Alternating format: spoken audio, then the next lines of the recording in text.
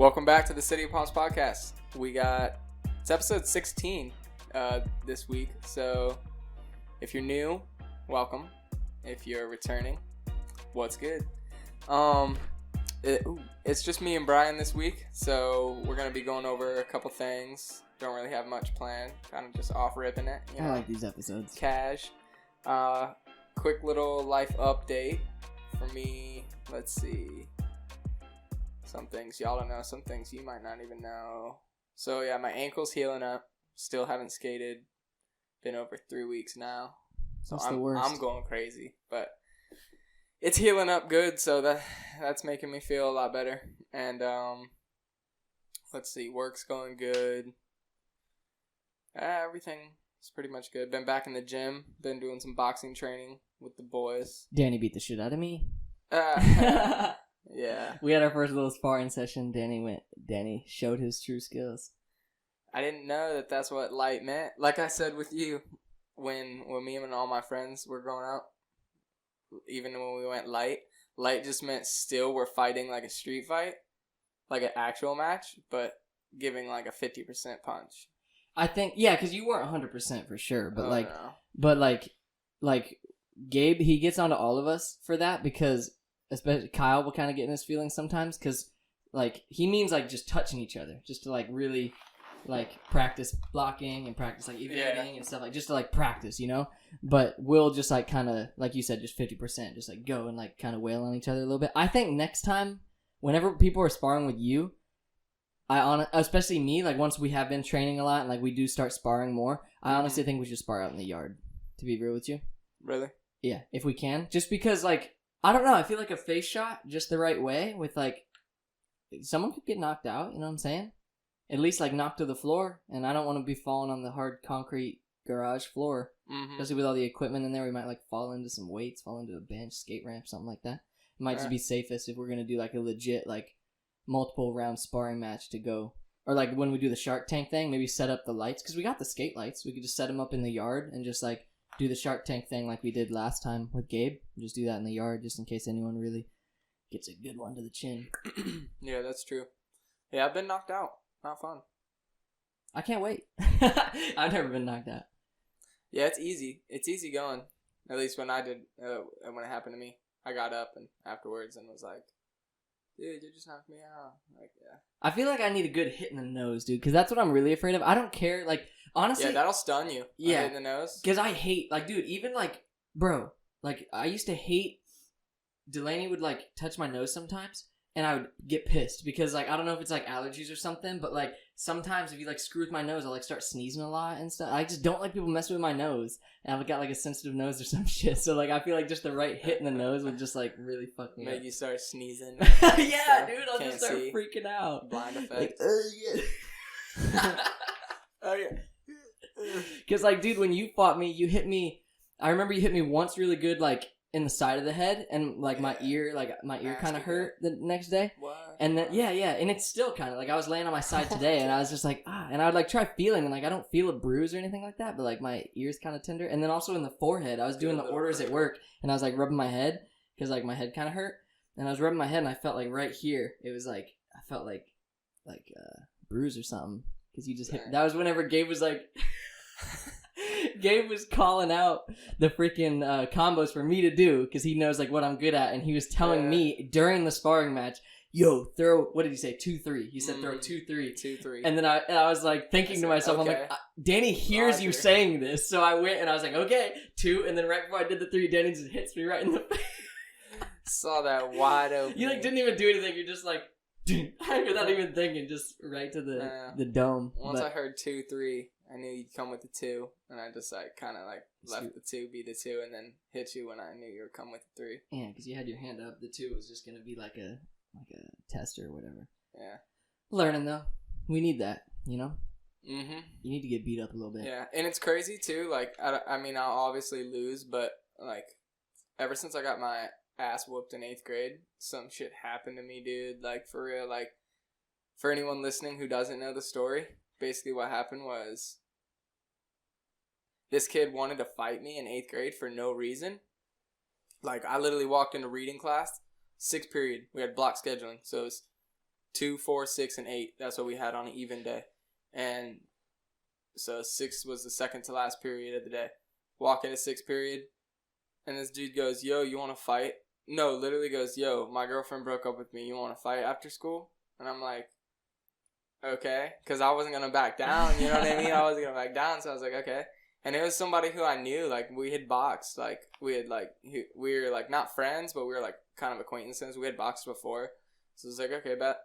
And so I, like, was telling my friends from, like, 6th period, you know, I'm texting. And I'm like, on the way to 8th period. I remember meeting up with a bunch of friends, telling them, like, all my close friends.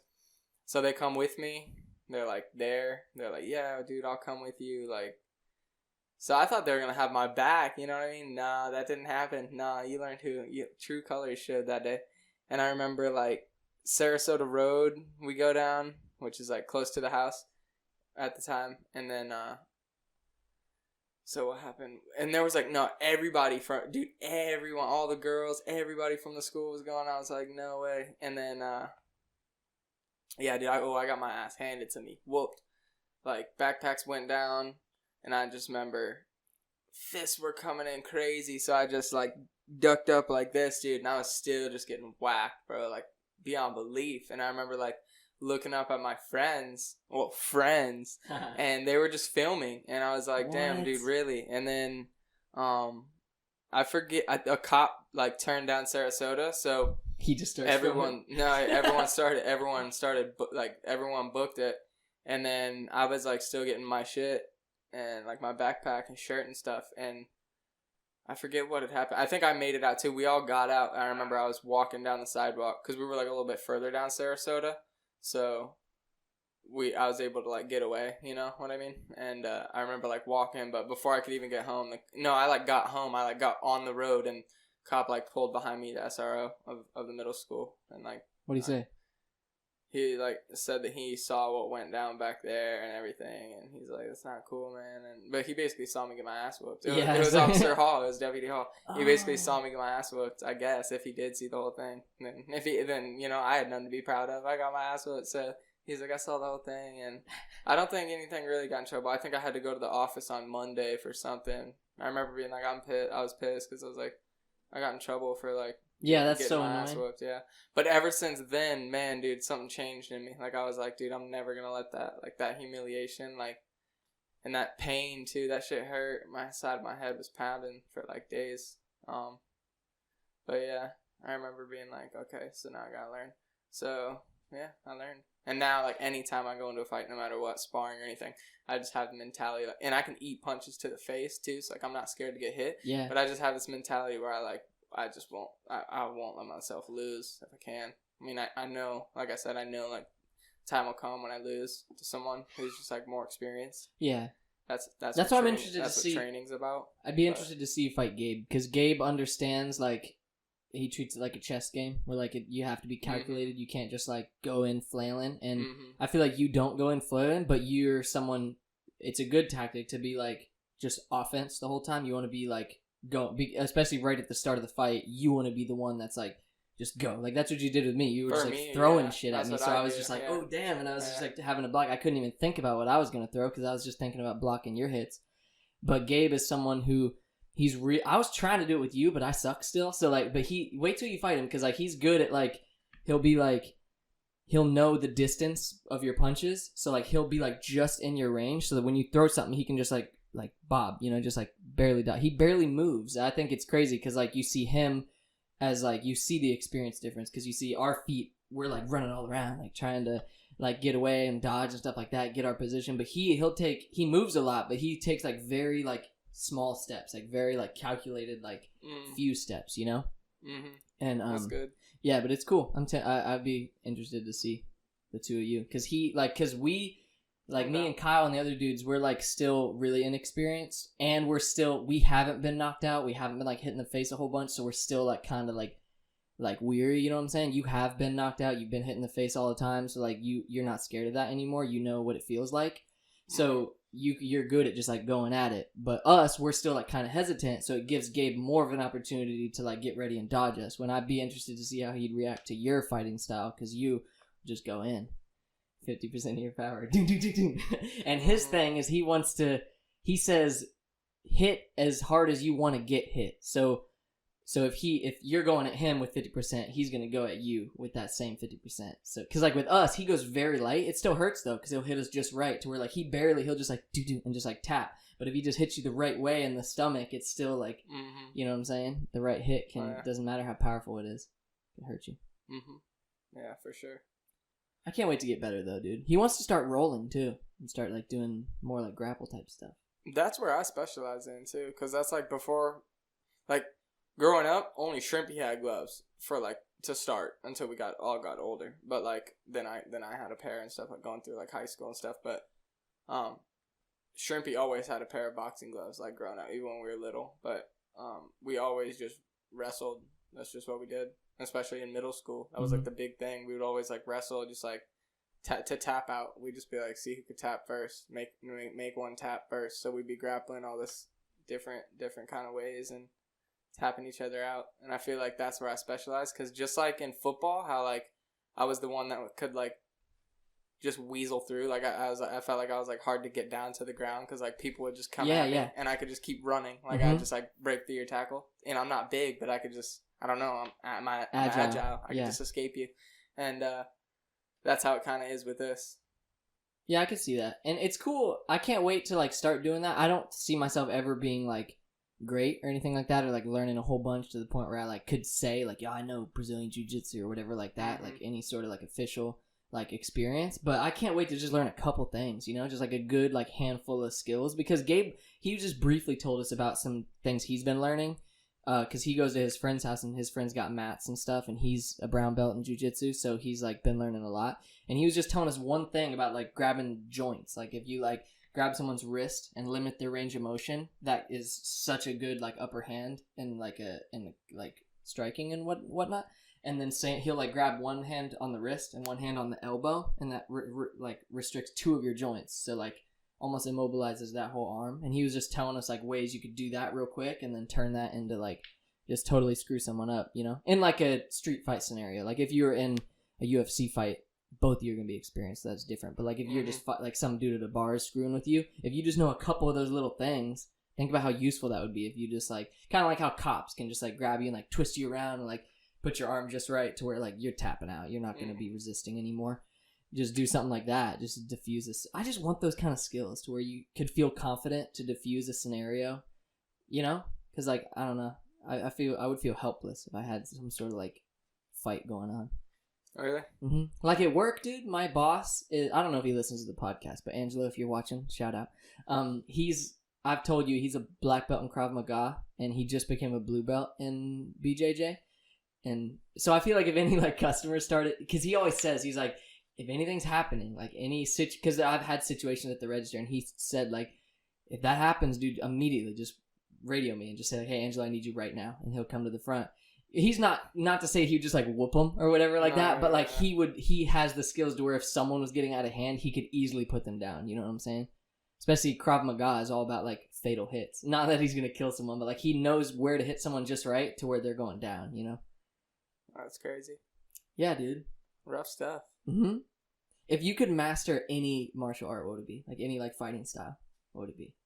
Oh man. Like if a genie just told you like, right now you could be black belt in anything you want, what would it be? Because some of them have like very specific like skills that you master. Like boxing, obviously, if you were a master boxer, you'd be very proficient in striking. But something like BJJ, you'd be like more all around to where you're gonna be real good at like grappling. There's striking in there, but I don't know, what would you choose? That's a good question. I always say one of these like, because I think kicking is like so badass. If you could like be a very skilled like kickboxer or something, like that's why I feel like I'd be stoked to be a black belt of like I don't know, taekwondo or like karate or something like that. Because then I don't know, I just feel like it's I don't know that much about fighting, so I don't really know. But I feel like it's less orthodox than like a lot of the fighting styles out there. So like if you were a master like, you know, black belt in karate, I don't know. That's just how I think of it. You'd be able to like kick someone in the face. Maybe they're not expecting that. I don't know. Yeah. No, yeah, I like that too. Doing like the flying kicks, yeah. twist kicks. And Angelo told me, because I asked him, I was like, if you're in a street fight, like a lot of times people are just gonna be looking at your hands because like typically people aren't gonna kick you in the face. But like if you know how, I asked him, I was like, would that be the most effective thing to do? To just like straight up fucking tornado kick someone in the face because they're not gonna be looking at your feet like that. But he said like if you were he said he wouldn't because he's not proficient in kicking. But he said if you were like a kickboxer or something like the master of that, then yeah. But I was thinking like. But that would be slower, right? Because of jab, you could just like do if you were a striker like that. But he was like, no, he said he's seen kickboxers who they can lay a kick up to your upper half faster than they can hit you with their hands. Which I'm like, what? Can't even imagine being that good. But I know, right? So what would you master in, bro? Probably. I mean, I'd say only one. Yeah, it's tough. I'd say probably like Brazilian Jiu-Jitsu. Maybe, most likely. I feel like there's so much to that martial art that like you'd be very well rounded if you were a black belt of that.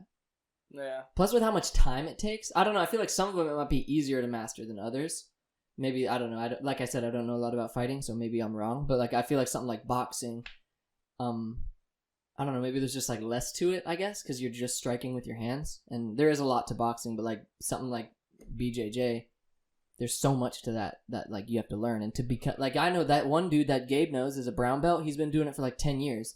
Angelo's been doing it for like 6 years or something like that, and he's a blue belt, which is lower than brown. So imagining being a black belt, you got to do that thing for over a decade, man. Like dedication. So if you could just instantly become a black belt right now, that's saving. I know, right? That's saving like 13 years probably of your life. But it's the same with those other ones like karate and stuff like that. You got to really put in the time to master that stuff, especially because those ones are all about like balance, and it's almost like yoga, just like I was like kung fu too. It's like just as much yoga and like I don't know, balance training than it is like Zen. Actually yeah you know what I'm saying. Yeah, I don't know. Yeah, yen, ren, zen. You seen Hunter x Hunter yet? No, dude, I'm still watching Gotham. I'm almost done though. I've been flying through it because I'm on the last season, but once I finish season 4 I'll start Hunter x Hunter. Promise. Yeah, I think he said that. I started Helm. How do you like it? It's good, dude. How many chapters? I got to chapter 4, and then my headphones died. Sick. Yeah. What's happening? I started it yesterday. What? Is that the tragedy? When the tragedy happens? Yeah, and they're like running through the city right now, and it ended. So I don't want to ask you like prematurely or whatever, but one thing I have been wondering is, do you think I've been considering writing more of the actual Rock Village so that like the reader's more attached to it? Because like my original thought was I don't want to spoil shit. So if you haven't read Helm, go ahead and pause this video and go. It's only like 15 minutes per chapter. I got 5 chapters up right now. But I was thinking, like I didn't really want the reader to be attached to the village that much. And then like as the story goes on, you see like what the kids loved about the village so much through their like memories and like talking to each other and stuff like that. So I felt like that would make the reader more attached to the village as time goes on. So by the end of it, you feel just as heartbroken as they do. But I don't know, like when I first was making the audiobook, I was thinking like, well, maybe the reader should be more attached to it so that like that moment is more of like a, oh shit, like that really just happened. You know what I mean? Like how did that moment make you feel? Well, for me, it was crazy because it's only chapter 4, you know? Yeah. No, for me, it was crazy if I felt like that because I knew, you know, it was cool to listen to it and to hear it because a lot of the things I knew. It was like the barbarian, yeah, the one-armed barbarian. Yeah. Me and Danny used to like when we were little kids, we'd like play with toys and stuff, and a lot of that's like what Helm is like some like little games that we used to play, and we'd like come up with stories and stuff like that. Intricate stories, yeah, dude. And it's changed so much. Like a lot of it you probably won't even recognize, but I'd like to like show you like the next chapter 5 is about a certain character, my favorite character that I've written in the story. She used to be like, and when we played, it was like our little like tech dude, Spike. He was like a unicorn farmer or something when we played. That's who that is, but I just changed it so that he's no longer like that badass like spiky head dude, and he's like a girl that you'll find out who she is. She's a really cool character, but like that's where that evolved into. And then the bounty hunter too, he stayed the same though, because we had this one toy and we called him the bounty hunter. And even when I'm reading it, I was like, that like they even say it. I don't know if they said it in chapter 4 or not, but the kids are just like, bounty hunter is his name, and then they're like, that's what they call him. I don't know. Yeah, it was cool. Man, I gotta scoot off this. It was cool. Like listening to that, it was so cool. Like, it took me back, dude, to like the exact days of like when we'd be in there, and like, Yeah. like I remember the Joker, when they're headed up to the Joker, they gotta go see the Joker. They're like, and they're talking about him and stuff. Like, I so remember that conversation we had. Did they mention the King Limpus or whatever? Mm-hmm. That's the Joker. I know. That's what I'm saying. Yeah, to me, it's just the Joker. And wait till you meet him, bro. Like, seriously, once I was editing it, the last edit I did, there's some scenes where I'm just like, oh my god. Like, maybe it's just me, like, being proud that I wrote something, but, like, there's some scenes that I read, and I'm just like, bro.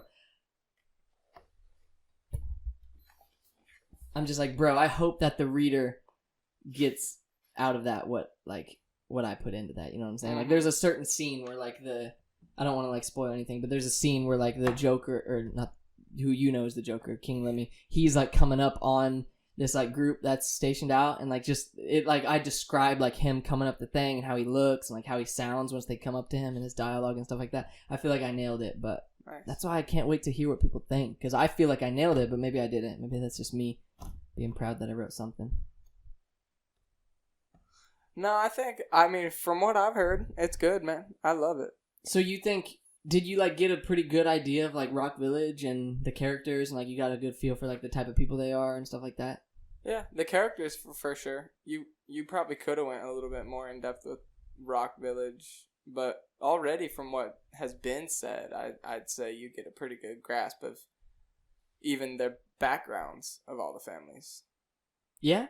Like, yeah, for sure. Okay, cool. Yeah, and I did want to get the action started quick. Like, I didn't want to do, like, another 2 or 3 chapters of just them, like, chilling around the village, like, doing stuff. I feel like I did just enough to where I showed Rainier doing his shit with the merchants, showed Nezo doing his shit with the training, showed Ardias doing a thing on his own because he's a little loner kid, and then them coming together eventually. So, like, I like, you see different parts of the village, you see the training grounds, you see the merchant thing, you see all the foreigners that are gathering at the village, you see Ardias alone in the woods with his dad in the logging mill and stuff like that, and then you see them come together. Reading it, too, while listening to it, dude, it reminds me of Hunter x Hunter. Yeah? Literally, yes. That's funny, because I feel like sometimes I worry that the inspirations that I got from, like, all sorts of different, like, shows and books and movies and stuff come off too much. Like, there's even one character in particular that you know him. I don't want to, like, introduce him yet. He's in the next couple of chapters. But even his name, I did change his name. Did I? No, I didn't change his name. I said, fuck it. Delaney told me. She's like, that's clearly a character from a different show. And I was like, no. Like, it just, I want to see what you think, because I didn't end up changing his name. I like his name. And his personality does not fit the character. He just, what we played was the character, you know what I'm saying? Like, I don't want to say anything, like, until you read it, but, like, the character we played, the toy we used in the thing, is the what I made his name in the book. But he's not, like, the character from the TV show is not the character I wrote, if that makes any sense. Yeah, I changed him. But Delaney's like, you gotta change the name. And I was like, why? It's spelled differently. And I like the name. I don't know. That's awesome, dude. Can I guess it? Wait, no, I did change the name. I did change. What? Yeah, you can guess. Raphael? No. I actually, although I thought about changing his name too, because I changed it to Turtel. Turtel. And he, like, wears a headband. He, like, wears a headband and stuff like that. Wait till you see. He's a cool character too. I wrote him. I think I like how I wrote him. But no, it's Slade. Oh, nice. But I changed his name. I changed it from Slade to something else. True. Wait till you meet him. Nice, dude. Nice. I want you to, because he's not like Slade from Teen Titans. He's a totally different character. He's not a bad guy. But fuck, kind of a spoiler. Just wait. I want to see once you read it. He's in the next couple of chapters. Like, I think probably like chapter 6 he'll appear. Like, I just did chapter 5. I think the next chapter, at the end of the chapter, he appears, if I'm not mistaken. When do you post him? I tried to do it every week, but last week I didn't get a chance just because of editing the podcast. Yeah, just because of editing the podcast, I didn't get a chance to do any last week. But it takes me about an hour and a half to do an episode, to do a chapter. So yeah, I'm gonna try to do like a couple a week. Sure. Or something like that. True that. Because it's fun, dude. It's so much fun to just sit in here, blast the AC. Actually, no, I turn it off while I'm recording. But, like, while I'm editing it, I blast the AC and just turn on music or whatever, chill. Yeah. And record it. And it's like soothing. I don't know. I enjoy, like, reading back what I wrote because I am proud that, like, I did write something and finished it. But I enjoy reading, too. So it's cool. Plus, I feel like it's so much more accessible to people. Like you, like not everyone has time to sit and read, especially on a phone. So like, I don't know. I just feel like it's such a good move to be doing this so that people can actually read it and give me some feedback. Yeah. Dude, did we talk about... I don't know. I know we didn't talk about it on the podcast, but did we talk about the Fairlife milk? The biggest underground dairy investigation thing that was going on? I mean, I don't think it's underground anymore, but when I got some input on this though. You heard about it? No, but well, at Aldi, we recently had a stop sale on all of. We recently got a new product, Fairlife, which isn't an Aldi brand; it's a national brand, and we had a stop sale. You recently got it? Yeah. How recent? Well, not that recent, like 4 months ago. But recently, like that's amazing. within the next month, we got a stop sale on it, and it wasn't I don't think it was there's an emergency product withdrawal, which is like take that shit off the shelf, it can make people sick, and then there's stop sale, which could be like the label is wrong or something, just like pull it off the sale. But we got a stop sale on all of our Fairlife milk, so I pulled it all, and they haven't given us word on like when we can put it out or if we need to throw it away or donate it or whatever. But there's something going on with it. Yeah, that would make sense why we had to pull it. Yeah, I mean they come off as like really good on cows and stuff like that. You know, like it's like supposed to be the Fairlife milk. Yeah. You know what I mean? Like, and then they showed like a video leaked from like one of their farms or whatever, dude. And oh my gosh, just made me cringe. Dude, see, this is the reason. And I'm like, I love meat. I'm not vegetarian. If you can hear the dog, I'm very sorry, but it's all good. We like living with dogs; they're part of the family. But if I'm not vegan or vegetarian anymore, but like, and I feel like bad that I'm not, just because my morals are so much on that side and whatever. But dude, it makes me want to be vegan, man, because like even it just goes to show like even the brands that you think you can trust and like that are labeled as like wholesome or organic or whatever, like even those sometimes are just totally screwed up, you know. It's hard to like do the right research and find the right brands. I'd never go vegan. Sorry for anyone who's. It's too hard for me, dude. I love. If you could, would you like if you lived in LA? You could easy.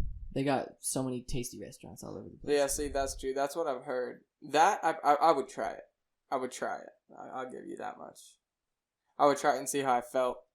And if I could still maintain like nutrition, and I found like foods that I actually genuinely craved, because I love a steak, dude. Yeah, then I'd probably try it. I feel that. Yeah, see, and like you know my stance on all that. Like I always said, if I like knew that where the meat and like just animal product was coming from, if I knew it was wholesome, like if I had a farm or like, you know, if it was a wholesome operation. That I'm not the type of person that thinks like never kill an animal ever, never eat an animal ever because they're animals and they're cool. I love animals, but like I do think that there is like a food chain. And would you ever go hunting? Hunting? Yeah. It depends on what. I wouldn't. I don't know why I say hunting. Hunting? Hunting? Yeah. But I wouldn't hunt for like. I would just do like basic stuff, you know, because like I'm down for fishing, I'm down for hunting. I think that's like. Would you ever like Joe Rogan, like go and hunt like an elk? Yeah. Yeah, I'm just saying I wouldn't hunt, like, do some of that, like, wild-ass stuff that I'm so against, like, some hunting. Like trophy hunting? Yeah, where people will hunt, like, giraffes. And, like, I know it's illegal most of the time, or something, but I would never do something. No. It would have to be, like, you know, like traditional hunting where it's, like, a deer or something like that, or, like, just, or fishing or anything like that, to where, like, that's just a normal, like, you know, kind of like food chain. Right. Yeah, I agree with that. I actually have this video that I want to show, like, about trophy hunters. For real? Yeah, it's only a minute and 40 seconds. So yeah, let me see. Can we play the sound too on it for the viewers or no? Because it's kind of important, but you can still watch. Yeah. You can play the sound. Will we get kicked off YouTube? No, we'll be good. As long as it's not a song. No. Yeah, we'll be good. All right, so it's basically this video of these trophy hunters, and they just shot this lion, and they're like taking a picture of it. Okay. It's extraordinary video. A lion seeking vengeance for the slaying of his buddy. Oh hell yeah! Wait, is that real? Wait, I don't want to watch the inside edition. Hold on. I don't. Chill. Do you know if that video is legit? Yeah. Yo, Yeah. that's tight. I love that. But I don't want to watch the inside edition. Yeah, find a different I found that. Let me try to search it on the web, not YouTube. I saw that on Facebook or YouTube or something like that. It was something crazy like that. And all right, so I got this video here. Yeah, let me see it. All right, ready? Are you able to hold it up to your mic? Yeah.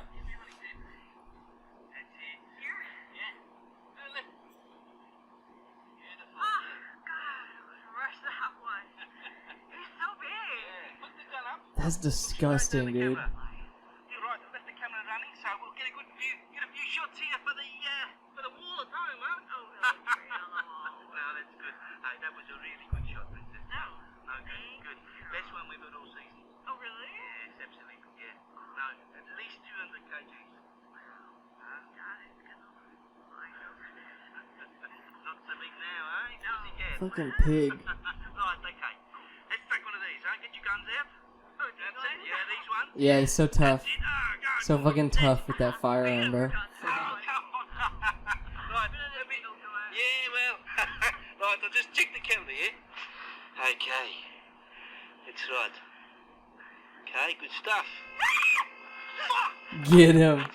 Get him. Listen. Lion done shot her.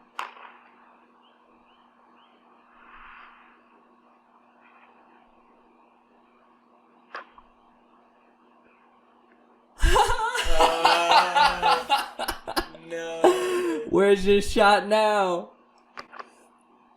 Camera falls. Did they both die? Lion walks off. See the lion walk back to the camera. Yo.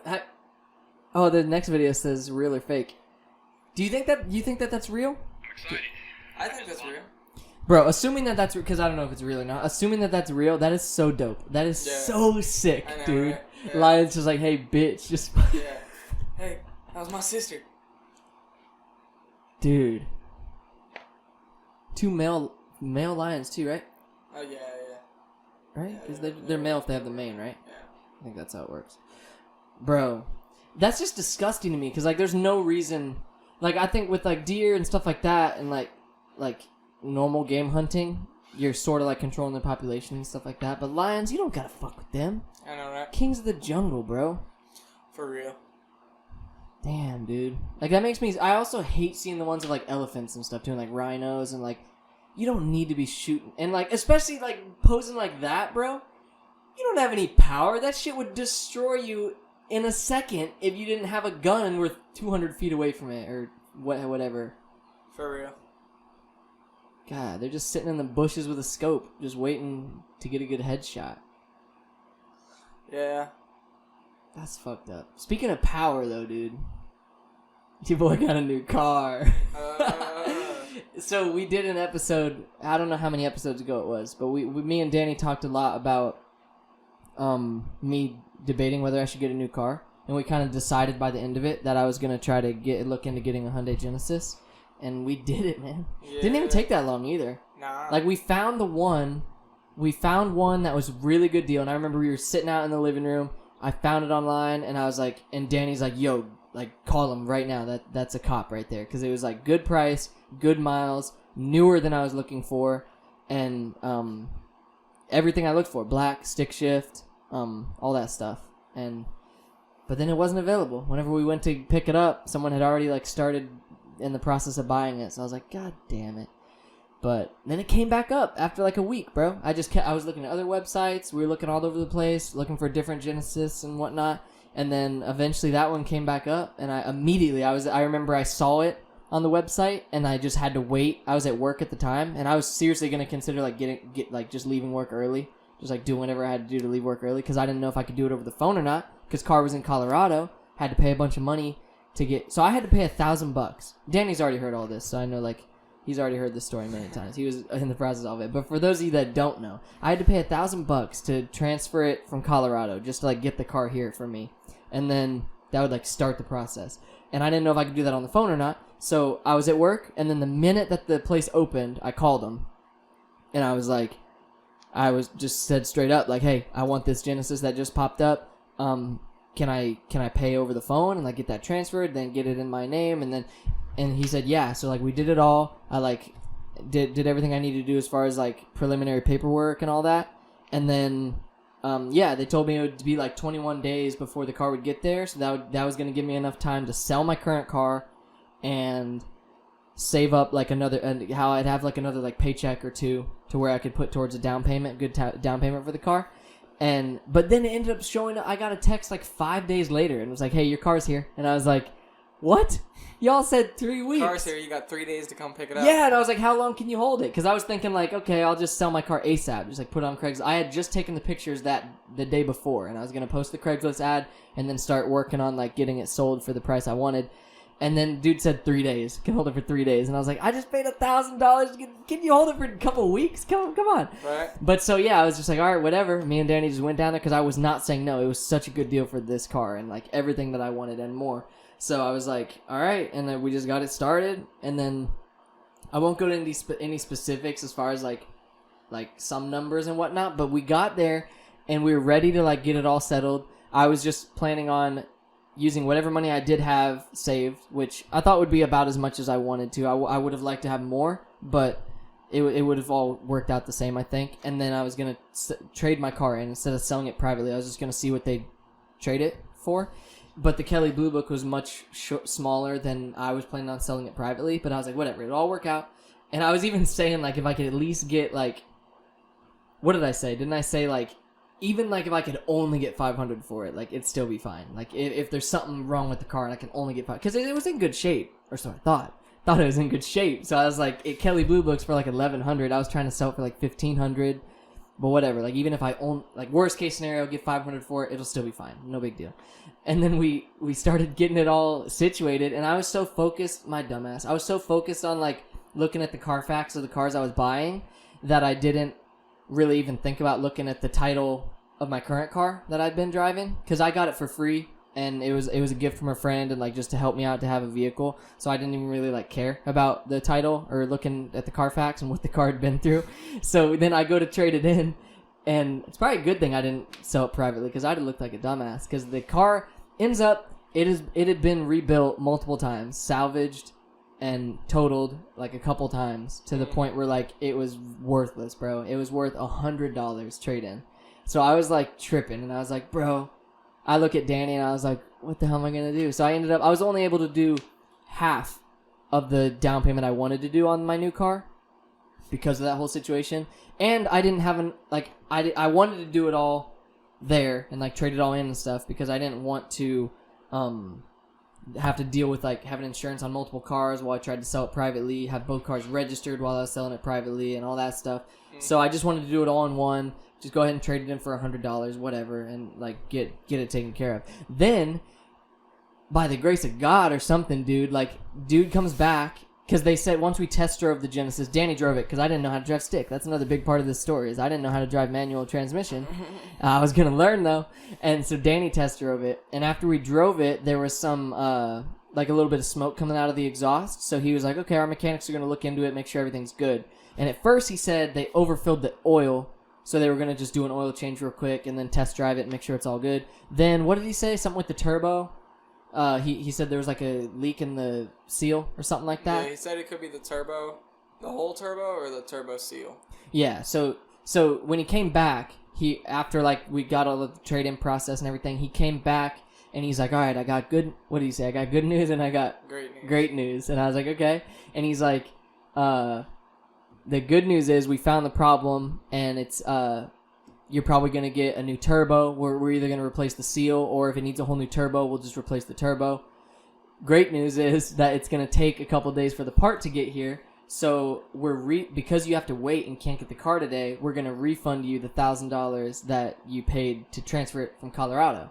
And I was like, what? That was like, that like made up for the whole like car being only worth $100 situation. So it ended up all working out. Like at the end of the day, I came back once the turbo was installed. So now the car's got a new turbo, and got the car, put the down payment I wanted to put on it, making the payments I want to make on it. And it's a beautiful car. Still didn't know how to drive manual though. So that was the other part of the adventure. Like I had anxiety, dude. You remember that night? So the day I did get the car, Danny had to work early in the morning. So I didn't want to keep him out too late, but I think I got the car by like 8 or something like that. And then we got home, and then by the time we like got out to drive it, it was like 8:30. It was dark outside. It had been raining, so all the roads were all wet. It was still raining a little bit, so like all those factors kind of contributed to stressful driving. But I had to learn because I had to work the next day. So I was like, I got to learn tonight or tomorrow morning, and I didn't want to have Danny out too late. But I was like so nervous. I was looking at Danny in the passenger seat, and I was like seriously just like shaking. I was like, bro, I'm so nervous. Just because like, because it was like I'm not used to having a nice car. And, like, I would have been nervous if it was automatic transmission because it was a new car, like, not a new car, but, like, the newest car I've ever had. And, like, you know, and, like, and it's a nice car. Not only is it a new car, but it's, like, a nice car. It's a fucking sports car. So, like, it's nerve-wracking. I never driven anything like that before. And on top of all of that, I don't know how to drive manual, and you can really fuck up a car if you don't, like, do it right. So I was just thinking, like, it was so stressful, dude. But then that night, didn't make much progress. We drove for like an hour or something, and I still couldn't take off in first. Did not drive. The one time I tried to drive in reverse, I just dropped the clutch and just sped off. So thinking about like parking in reverse or backing out of a space, I was like, bro, not going to be able to do that very easily. So I was still sketching by the time Danny went home and everything. But I woke up super early the next day, and I was like, bro, I just gotta learn. So the next day I woke up, somehow I made it down the road to the elementary school parking lot where there were no cars or anything. I woke up at like 5 a.m. and just drove straight over there. No, I didn't even stop at that stop sign though, for real, because I was so uncomfortable taking off in first. I just like, because there was no cars on the road, I just ran it and just like went right to the school. And then once I got to the school, I'm like, all right, I'm here. I don't have to work. I thought I didn't have to work until the evening, till like 2 or 3. But it ends up I had a meeting in Lehigh at 11. So I was like, okay, I have a solid like 5 hours before I got to leave for work.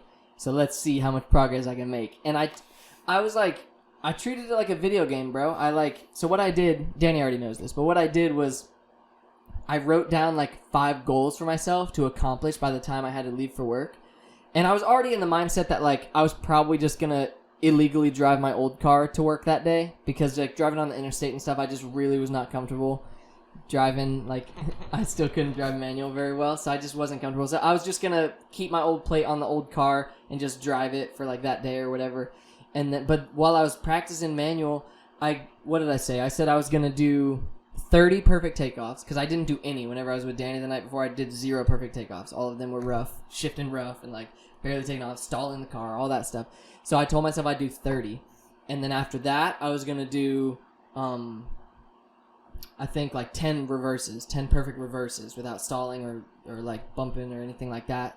And then I was going to do 10 reverse parking, like parking in a spot in reverse, do 10 of those. And then I was going to do 15 3-point turns because that includes like going in first, going in reverse, going in first, and like doing that over and over. So I was going to do 10 of those. And I just spent 4 hours, dude. I like every time I'd like have the like car in neutral, go to take off in first, fuck up, try again, like go back, go off in first, go, and then like every time I do a perfect one, I would go into first, take off perfect, I'm like, all right, sick, and then I'd go into second, and then eventually I'd turn around and stop again, and then I would put on my phone, I'd like put a dot, like whenever I did one perfect one, and I did that over and over and over and over until I did 30 perfect ones, and I just kept going around that loop. I kept like stopping at the stop sign, trying to take off in first, going around the loop, going second, go around, and then eventually just pop it in neutral and like stop again, and just do that over and over.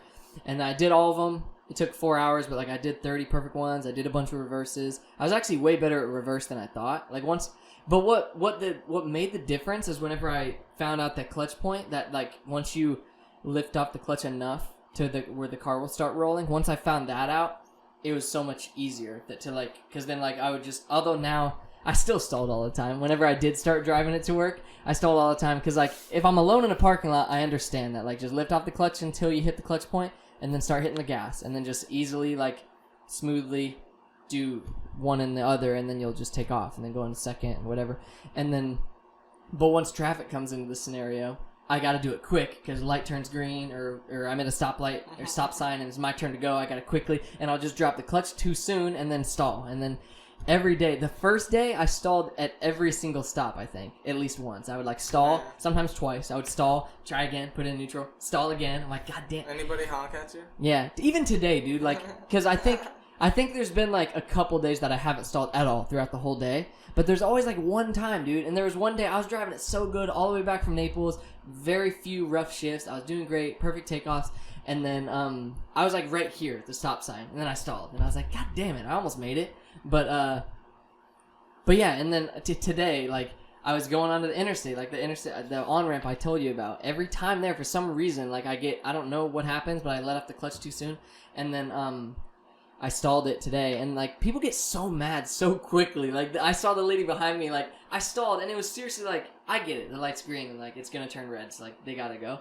But she like honks and she like is going like this and like honking, and I'm just like, chill, bro. It seriously took me like 3 seconds, to just like probably not even 3 seconds, honestly, because like once it stalls, I just immediately clutch in, start, go back to the thing, and then it probably takes 2 seconds for me to start rolling again. But people get mad. The one day Danny was with me. The one day I did that at a red light, and it was a left turn light, so it only stayed green for a very short time. So I stalled, and then eventually I got across the light while it was turning yellow, and the dude behind me just ran the light because he was pissed probably. This guy.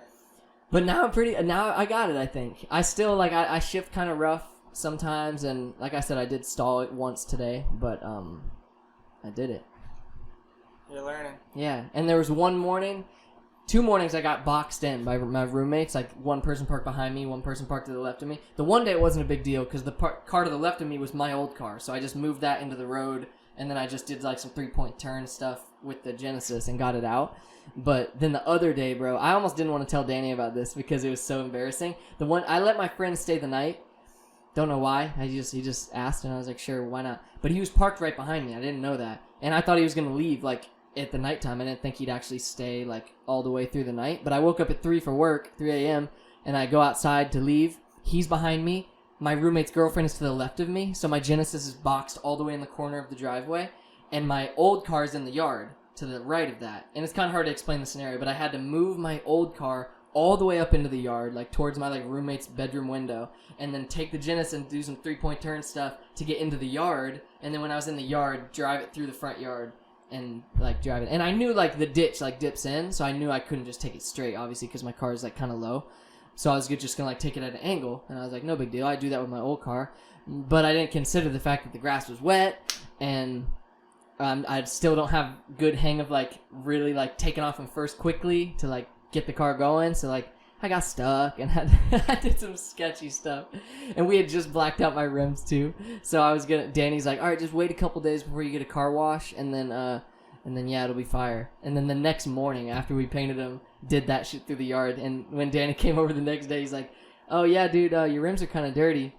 And I was like, yeah, a little dirty. I got dirt all over them. Surprised I didn't wake the roommates up because I was revving the engine, dude. When I was stuck, I like just did what you told me, laid on the gas, and then just like dropped the clutch so that I just zipped out of the yard. In reverse? Yeah. You were backing out? No, so what I did was I was in the yard, I drove forwards out into the front yard, and then I tried to like just drive at a diagonal through the ditch to go up onto the road. But then when I hit the bottom of the ditch, there's so much thick grass there, and it's wet. So whenever I went to turn out of there, like I think if I would have just driven faster, I would have done it. I would have just like bumped right out of there. But I was worried. So you reversed to get out of the hole? Yeah. And then how'd you get? So went back through the ditch. So I was like parallel with the road when I was stuck. So like I got out onto the yard, and I was like in the ditch ready to like just pull up and get onto the road, but I got stuck on like the thick grass and stuff. And I was thinking my car's low, so like I was thinking I didn't want to get my front bumper stuck like in the yard, like in the dirt or grass or something. So I was just considering that. So then whenever I wasn't moving, I think if I would have just went faster, I would have just like went out, but I didn't want to go fast because I was thinking if I did like clip or something, that would really screw up my car. I'd just dig the thing into the ditch or whatever. So I wasn't trying to go super quick. I was trying to just like ease it out of there, but I wasn't giving enough power, so it kept spinning on the wet grass. So yeah, then I was parallel with the road, and then I had to, eventually I just like whipped it in reverse up to where I was like out of the ditch, out of the wet grass, and then I was in the yard again, and I was like, okay, now don't want to go forward because I already proved that I can't like get out of here forwards, so I had to go backwards. But backwards, in my yard there's a tree, and then Jake's car was backed a little bit behind the tree. So like there was the tree with the planter here, and then the car right behind it, and then my car right here, and then the culvert. So I had to reverse, like in an angle, reverse it so I wouldn't hit his car on one side and wouldn't get the tire stuck in the ditch or the culvert on the other side. So I backed it up slowly, and I would just like quickly, like I would drop it just enough to where I'd like kind of like go backwards a little bit, and then I'd stop, and then e-brake, and then I'd check, and be like, all right, Jake's car's good on that side, ditch is good on that side, and then I'd do it again, but there's the bump of the driveway to get out of the yard, and I knew like I would really have to give it some power to like bump up onto the driveway, and I did. I just revved it, and that's what I'm saying. I'm surprised I didn't wake him up, because I straight up like revved it to where it's like, and then just dropped it, and then got it on the driveway. I was pretty proud of myself. It was a big learning moment, for real. You're cringing though, dude. This guy. For anyone listening who's into cars and don't know exactly what he got a 2014 Hyundai Genesis R-Spec 2.0 turbo. Yeah, 6-speed manual. It's nice. Yeah. Nice little car. And see, I feel dumb because I'm not a big car guy. So like, I don't know, I feel like a poser kind of, because there's these people like you who like, you'd love to have that car because you know how to drive it. You know, you could be whipping it. You could be like doing all sorts of stuff. You wouldn't get stuck in yards. You wouldn't be stalling at red lights. But me, I am. But no, I'm just considering like, it's only been a week and a half since I got it, and I already feel like way more. Today I was like playing around with the transmission to where I would like rev it all the way up to like 5,000 RPM, 5.5, and then I would drop it down. You know what I'm saying? You know, like you said, to get the most out of each gear. Go all the way to like 5,000, almost 6, and then... No, that's not good. No, I'm playing. You're like, no, dude, your engine's blown probably. Nah, that's not good.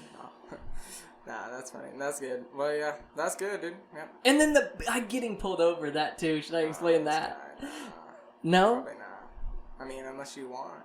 Real quick, I got pulled over twice for not... Because my old car had automatic headlights. Telling both times. Both times. It was the same scenario, though. I was leaving work, and I just forgot to turn on the lights because I wasn't used to having to flip them. Now I know I can just set it to auto because it's a newer car. So I did that, so now I don't worry. But 2 nights in a row, I was leaving work. Back-to-back nights, and I was leaving and then got pulled over. I was driving the car rough because it was one of my first nights, like, leaving Naples and traffic and stuff. So I was already, like, driving it kind of rough, learning how to shift and whatnot. So I thought that's why she was pulling me over. And then she's like, you don't have... I was like... she's like, you know why I'm pulling you over? And I'm like, I'm driving it pretty rough. And she's like, yeah, you're driving pretty aggressively. And your lights aren't on. And I was like, God damn it. And the next night, same thing happened. I just forgot again to turn on the lights. And then dude was like, did you get pulled over last night? And I was like, yeah. And I told him. He was cool. They were both really cool. I was just like, yeah, I just got the car a week ago. I'm still learning how to drive it. And then they both showed me like how to set it to auto. They just gave me warnings. So it's all good. Yeah. That'll teach me. My lights are always on now. True. That's what's up. Anything else you want to get into? We almost went for an hour. I thought this was going to be a shorter one, but that car story was pretty long. No. We can wrap it up. Hell yeah, I hope y'all are enjoying the video. For real, this is, I think, the first solo one we've done with video. What's up, dudes? You can see our smiling And faces. ladies. Whoever's listening. Dudes and dudettes. Viewers. Alright, any shout-outs you want to... shout out to the people who have been on the past couple of weeks. Mm-hmm. It's been really fun, dude. Like, Yeah. really good responses from... And, like, cool names. Like, just really good conversations. And lots more lined up. I can't wait, dude. Yeah, shout out to all the up-and-coming guests. We got a lot of good ones booked. And if we've talked to you on social media, it's hard with, like, we work full-time jobs, so, like, it's hard to kind of, like, figure out. We usually get our schedule. I get my schedule week by week, so I don't know exactly what days I got to get off and whatnot. So, but we'll get you scheduled in there. We'll get you in here to talk. Yeah. Have a little bit of fun. Yep. Thank you to everyone who listened or watched. It's been a pleasure. Yep. If you're on Facebook or YouTube, enjoy the video. And if you're on any other platform, you'll just be hearing our sweet, sweet voices. Mm-hmm. That's it. And